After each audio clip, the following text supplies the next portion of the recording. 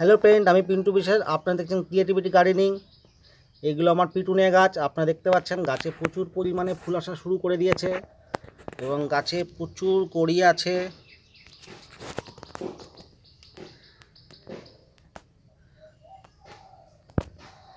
এই গাছগুলিকে আমি নার্সারি থেকে পারচেস করেছিলাম খুব ছোট অবস্থাতে, এবং পারচেস করার পরে সেই গাছগুলোকে কীভাবে যত্ন করতে হবে সেই সম্পর্কে আমি আজকে আপনাদেরকে বিস্তারিত জানাবো। অ্যাকচুয়ালি পিটুনিয়া গাছে জানুয়ারি মাস থেকে ফুল আসা শুরু করে। জানুয়ারি, ফেব্রুয়ারি, মার্চ, এপ্রিল, এই 3-4 মাস গাছে প্রচুর পরিমাণে ফুল আসে। তাই ফুল আসার পরেও আপনাদেরকে পরিচর্যা করতে হবে এবং কীভাবে করতে হবে সেই সম্পর্কে বিস্তারিত আমি আজকে জানাবো। তো দেখতে থাকুন ভিডিওটি ভালো লাগলে লাইক করবেন এবং আমার চ্যানেলকে সাবস্ক্রাইব করবেন এবং নতুন নতুন ভিডিও পেতে বেল আইকন প্রেস করবেন। তা চলুন আমরা জেনে নিই কীভাবে পিটুনিয়া গাছের পরিচর্যা করতে হয়।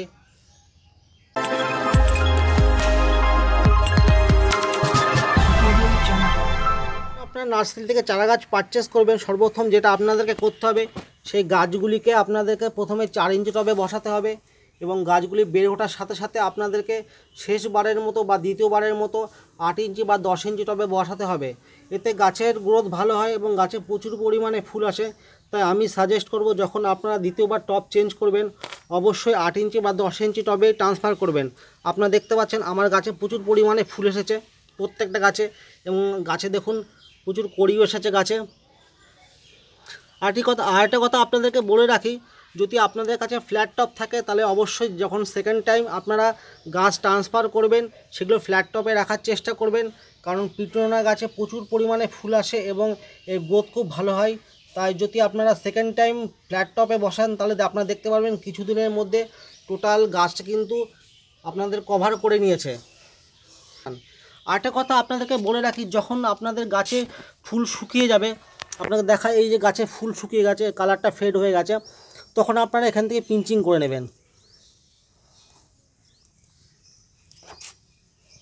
এই দেখুন একটি গাছ ফুল শুকিয়ে গেছে, এখান থেকে আপনারা পিঞ্চিং করে নেবেন। দ্বিতীয়ত, নার্সারি থেকে যখন আপনারা চারা গাছ পারচেস করবেন এবং পারচেস করার পরে সেই গাছগুলিকে যখন আপনারা টবে বসাবেন বা মাটিতে বসাবেন, তার আগে থাকতে আপনাদেরকে মাটি তৈরি করে রাখতে হবে।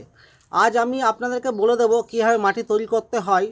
সর্বপ্রথম আপনারা 50% মাটি নেবেন এবং 30% গোবর সার নেবেন। যদি আপনাদের কাছে গোবর সার না থাকে তাহলে যে কোনো ফার্টিলাইজারের দোকানে যাবেন, সেখান থেকে আপনারা অনায়াসে জৈব সার পেয়ে যাবেন। জৈব সার পারচেস করার পরে সে 30% জৈব সার আপনারা মাটির সাথে ভালো করে মিশ্রণ করে নেবেন এবং আমি দেখাচ্ছি 10% কোকোপিট দেবেন। এগুলোকে নারকেলের ছিলকা বলা হয়। এইভাবে আপনারা ছিঁড়ে নেবেন এই কোকোপিটগুলোকে। ছেঁড়ার পরে এগুলোকে টুকরো টুকরো করে নেবেন। 10% কোকোপিট বা নারকেলের ছিলকা আপনারা অবশ্যই মাটির সাথে মেশাবেন। তার কারণটা আমি বলে রাখি, মাটিতে যে ফাঙ্গাস তৈরি হয় এবং গাছের যে গ্রোথের প্রবলেম হয়, আপনারা যদি নারকেলের ছিলকা দেন তাহলে সেটা হবে না। এবং এগুলোকে বলা হয় কাঠকয়লা। বাড়িতে যে মাটির উনুন থাকে, রান্না করার পরে যে অবশিষ্ট অংশ, এগুলোকে বলা হয় কাঠকয়লা। এই কাঠকয়লা আপনারা 10% মিশিয়ে নেবেন। যদি কাঠকয়লা না থাকে সেক্ষেত্রে অবশ্যই আপনারা 10% স্যান্ড বা বালি মাটির সাথে মিশ্রণ করে নেবেন। এতে আপনারা উপকারী পাবেন। আমি আপনাদেরকে আরেকবার বলে রাখি, 50% মাটি দেবেন এবং 30% গোবর সার দেবেন। যদি গোবর সার না থাকে সেক্ষেত্রে আপনারা জৈব সার দেবেন 30% এবং আপনারা 10% এগুলো দেখতে পাচ্ছেন কাঠকয়লা দেবেন এবং 10% নারকেলের ছিলকা বা কোকোপিট দেবেন। তৃতীয়ত, আপনারা যখন পিটুনিয়া গাছে জল দেবেন, জল দেওয়ার আগে কিন্তু মাটিটাকে ভালো করে আপনারা চেক করে নেবেন যে আদৌ মাটিতে জল আছে কি না। যদি জল থেকে থাকে, আপনাদেরকে আমি বারবার করে বলছি, আপনারা কিন্তু বেশি জল দেবেন না। যখন আপনারা জল দেবেন অবশ্যই এইভাবে পাতাগুলোকে এবং ফুলগুলোকে সরিয়ে নেবেন। সরিয়ে নিয়ে যদি সম্ভব হয় একটু হাত দিয়ে চেক করে নেবেন যে যদি মাটিতে জল থেকে থাকে তাহলে কিন্তু আপনারা জল দেবেন না।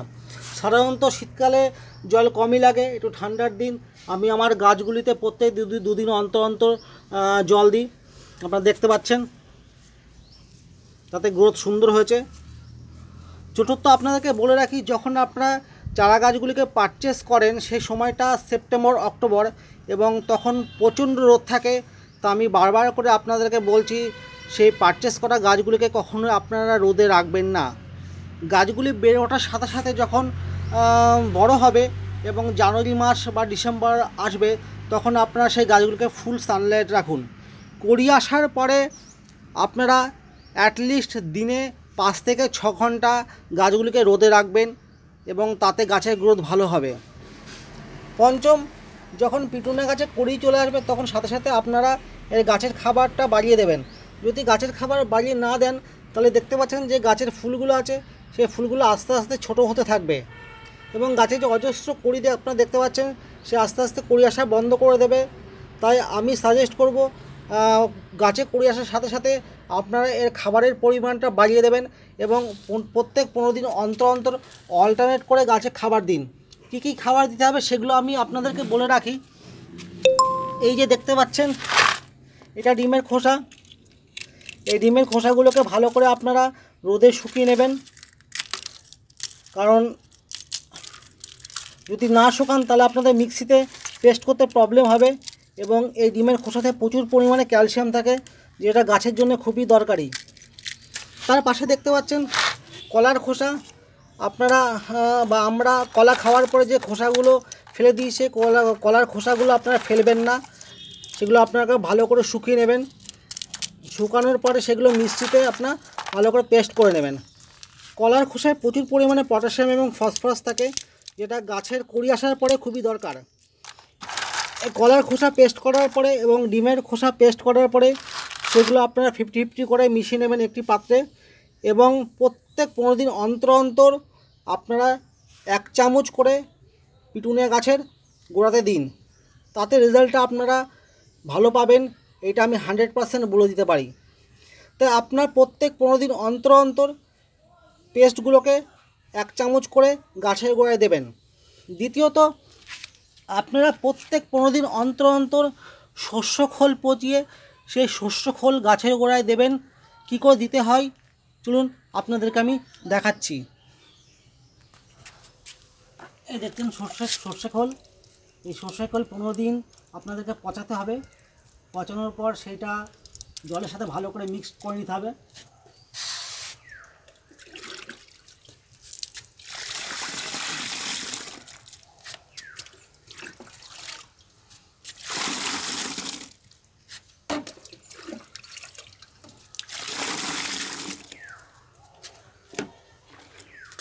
ভালো করে গোলানোর পরে আপনাদের প্রত্যেক গাছে দিতে হবে।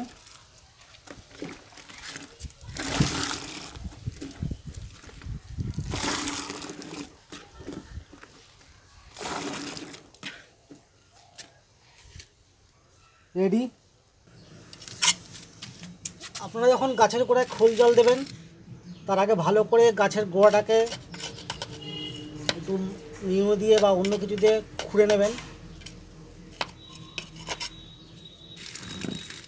মাটি খোঁড়ার সময় একটু সাবধানতা অবলম্বন করবেন যাতে গাছের শিকড় না কেটে যায়, সেদিকে অবশ্যই আপনাদের খেয়াল রাখতে হবে।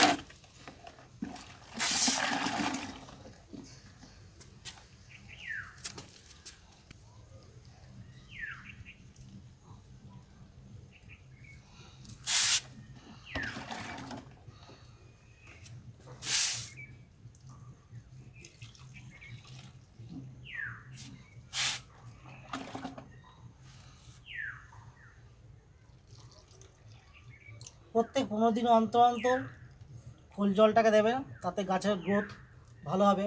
বিশেষ করে গাছে যখন ফুল চলে আসবে, ফুল আসতে শুরু করলেই আপনারা গাছেতে বেশি পরিমাণে খাবারটাও দেবেন।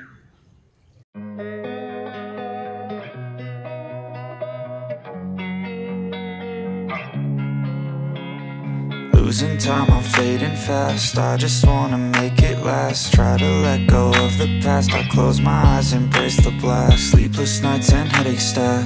Restlessness to hell and back. What's my purpose? What do I grab? A slippery surface, a heart attack. And sometimes you just gotta believe there's something that'll give you relief. There's something that'll have what you need, what you need. We're broken, it's tragic, we're not all elastic, but maybe there's magic, believe you could have it. And I know of sadness, the anxious and panic, the infinite vastness of all that